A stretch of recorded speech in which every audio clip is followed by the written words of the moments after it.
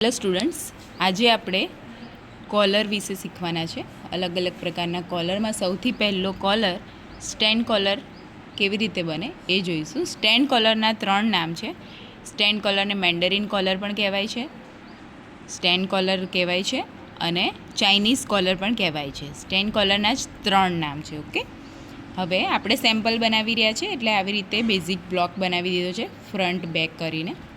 હવે કોલર જ્યારે લગાવવાનો આવે ત્યારે આપણે આ જે ગળું છે ફ્રન્ટ બેકનું, એનું આપણે મેઝરમેન્ટ લઈ લઈશું આ રીતે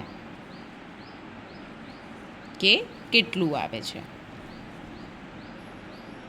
મેઝર ટેપને ખસાડીને આ રીતે લેતા જઈશું, આ રીતે. બરાબર છે?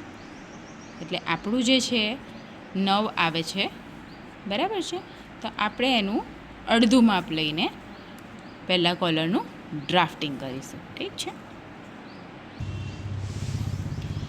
આપણે સ્ટેન્ડ જે કોલર છે એનું ડ્રાફ્ટિંગ રેડી કરી લીધું છે. જેના માટે આપણે જે આપણું નેકલાઇન માપ્યું હતું 9, આપણા જે સેમ્પલમાં એ 9 જે નેકલાઇન છે એનું અડધું લીધું છે, એટલે કે આ ફોલ્ડમાં છે. આપણે કેનવાસ પર રેડી જે કોલર છે એ કેનવાસ પર પહેલાં આપણે રેડી કરીશું. આ કેનવાસ પર આપણે દોર્યું છે. બરાબર છે? આ જે છે 4.5 આપણે લીધું છે, 9નું અડધું. પછી એનું મિડ લઈ લીધું છે 4.5નું મિડ. પછી આ જે પોઈન્ટ છે ત્યાંથી અડધો ઇંચ ઉપર લીધું છે, અને આ પોઈન્ટથી અડધો ઇંચ આમ ખસીને પછી અહીંયાથી પણ અડધો ઇંચ ઉપર લઈને આ રીતે લાઈન દોરી દીધી છે. અને આ મિડમાંથી આ રીતે આપણે શેપ આપી દઈશું. આ રીતે કોલર મિડથી લઈ ઉપર નીચે બંને છે. એટલે આપણો જે આ રેડી કોલર છે આ શેપવાળો એ બની ગયો છે. હવે તમારે કોઈ શેપ આપવો હોય તો શેપ આપી શકો છો. આવો સ્ટેન્ડ સીધો બનાવવો હોય તો સીધો પણ બનાવી શકો છો. જે આ કર્વ પોઈન્ટ છે, જે આ નીચેનો કર્વ, એ આપણું નેક પર જોઈન્ટ થશે અને આ ઉપરની સાઈડ રહેશે. ઠીક છે? હવે આપણે એને કટિંગ કરી લઈશું. આ રીતે આપણે આપણો કોલર રેડી કરી લીધો છે. હવે આપણે ફેબ્રિક પર ફ્યુઝિંગ કરીને એને ચોંટાડી દઈશું. આપણે આ ફ્યુઝિંગ કેનવાસ લીધું છે એટલા માટે. હવે આપણે જે કોલર જે છે એને ફ્યુઝિંગ કરવા માટે ફેબ્રિક પર મૂકીશું, અને એવી રીતે મૂકીશું કે આપણે જે છે બધી બાજુ એને માર્કિંગ રહે એ રીતે. આ રીતે આપણે ફ્યુઝિંગ લગાવીને કોલરને રેડી કરી દીધું છે, અને સેમ જે છે માર્જિન રાખીને કર્યું છે. ઠીક છે?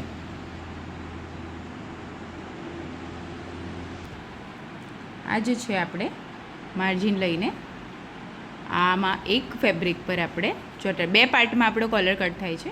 એક પાર્ટમાં આપણે આ રીતે કોલર ચોંટાડ્યો છે, અને બીજો પાર્ટ સેમ એના જેવો જ રેડી કરી દીધો છે. હવે શું કરવાનું છે? આ બંને જે પાર્ટ છે એની સીધા બાજુ સીધું રાખીને આપણે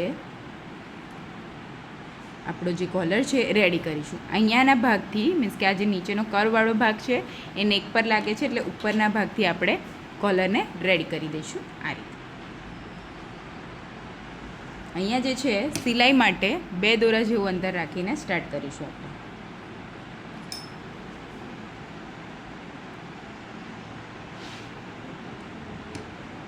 હવે સિલાઈ કેવી રીતે લેવાની છે? તો જે છે આ કોલરની કમ્પ્લીટ કિનારીએ સિલાઈ લેવાની છે.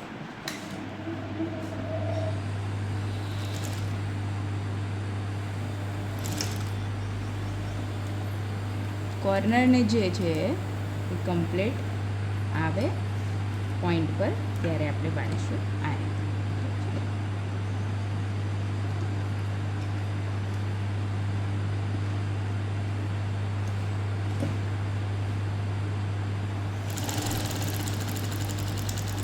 એકદમ અડીને જ લેવાનું છે. એના ઉપર ના આવે ને બહુ દૂર ના જાય, એનું ખાલી ધ્યાન રાખવાનું છે આપણે. બરાબર છે?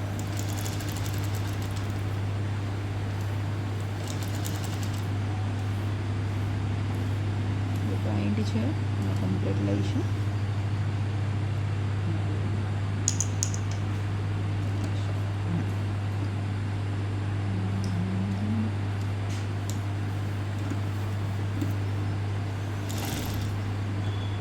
એને 2 દોરા દૂર રાખીને લેવાનું છે.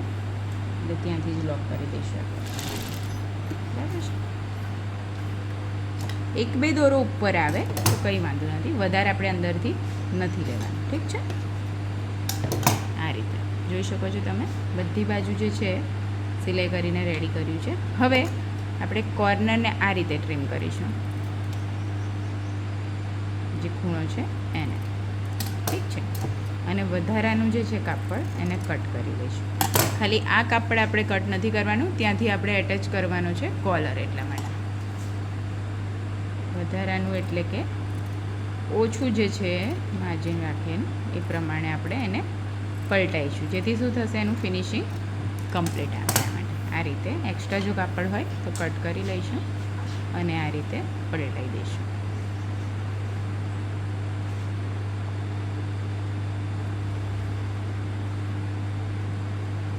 અને ઉપર પ્રેસથી પણ તમે આમ ફિનિશિંગ આપી શકો છો, બાકી આમ જ આવી જ જશે. કેનવાસ લગાવ્યું છે એટલે આપણે આ કોલર પલટાઈને આપણે રેડી કરી દીધો છે.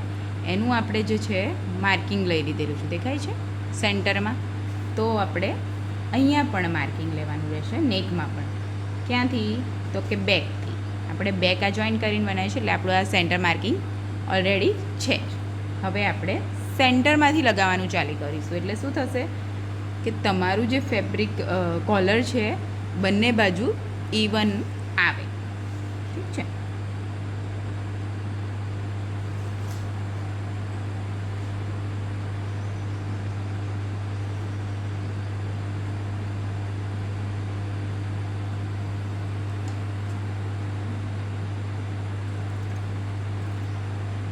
થોડુંક આપણે ટ્રીમ કરીએ છીએ સ્ટિચિંગ લેવા માટે. ઠીક છે. માર્કિંગ જે છે ચોકથી પણ તમે સેન્ટરનું લઈ શકો છો આ રીતે. જે આ બીજો પાર્ટ છે એને નથી ટ્રીમ કરવાનું, જે અટેચ થશે નીચે એને જ થોડું આપણે ટ્રીમ કરીએ છીએ. બરાબર છે. હવે આપણે સેન્ટરમાંથી લગાવવાનું સ્ટાર્ટ કરીશું.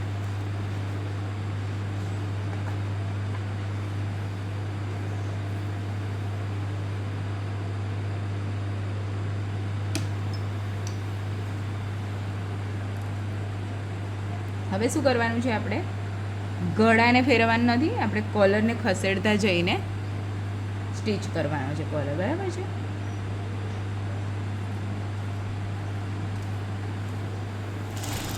લોક લઈશું.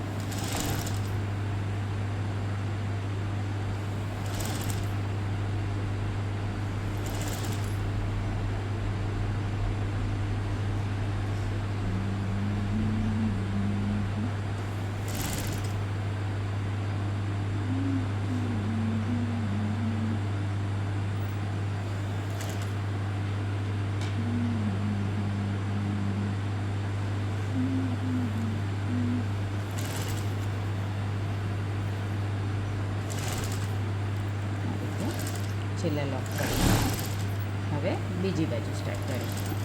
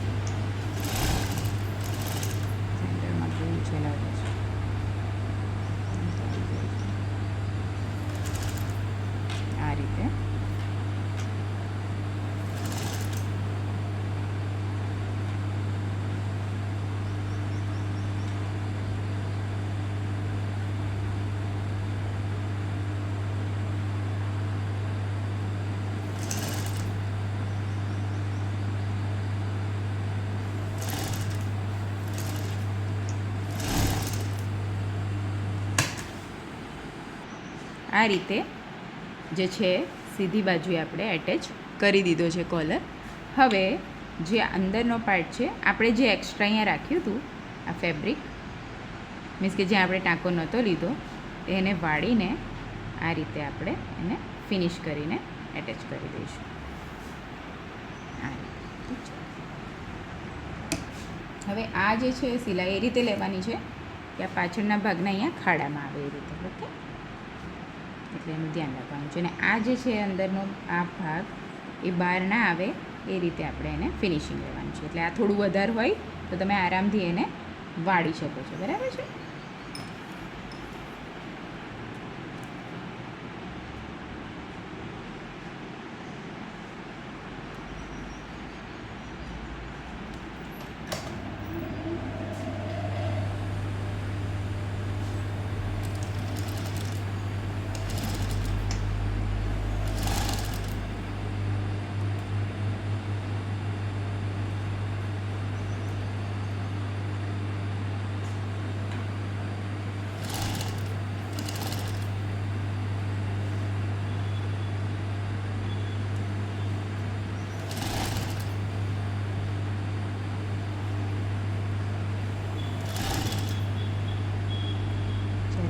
આવે ત્યારે આપણે એને આ રીતે અંદર વાળીને ફિનિશિંગ લઈ લઈશું. ઠીક છે.